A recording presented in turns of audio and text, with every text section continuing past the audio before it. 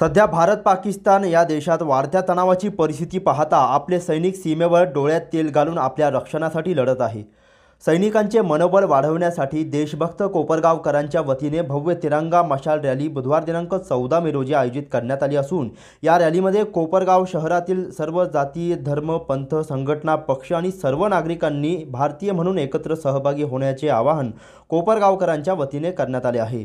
या रॅलीच्या नियोजनासाठी कोपरगाव शहरातील व्यापारी धर्मशाळा येथे सर्वधर्मीय सर्वपक्षीय बैठकीचे आयोजन सोमवारी संध्याकाळी करण्यात आले होते।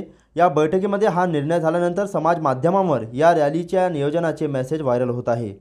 भारत पाक दरम्यान निर्माण झालेल्या तणावपूर्ण परिस्थितीच्या पार्श्वभूमीवर आपल्या देशाच्या सीमांवर डोळ्यात तेल घालून रक्षण करणाऱ्या जवानांचे मनोबल उंचवावे, त्यांना मानसिक बळ मिळावे आणि शहीद वीरांना सामूहिक श्रद्धांजली अर्पण व्हावी या उद्देशाने बुधवारी 14 मे रोजी छत्रपती संभाजी महाराज यांच्या जयंती दिनी सायंकाळी 5 वाजता कोपरगाव शहरात भव्य तिरंगा मशाल रॅलीचे आयोजन करण्यात आले असून सदर रॅलीची सुरुवात छत्रपती शिवाजी महाराज स्मारक येथे होईल। त्यानंतर ही रॅली महात्मा गांधी चौक, स्वातंत्र्यवीर सावरकर चौक, डॉक्टर CM मेहता कन्या विद्यालय रोड, SG विद्यालय चौक, आचार्य हॉस्पिटल, श्रीराम मंदिर रोड, छत्रपती संभाजी महाराज चौक, धारणगाव रोड येथून डॉक्टर बाबासाहेब आंबेडकर स्मारक येथे ही रॅली येऊन या रॅलीचा समारोप सामूहिक राष्ट्रगीताने होईल।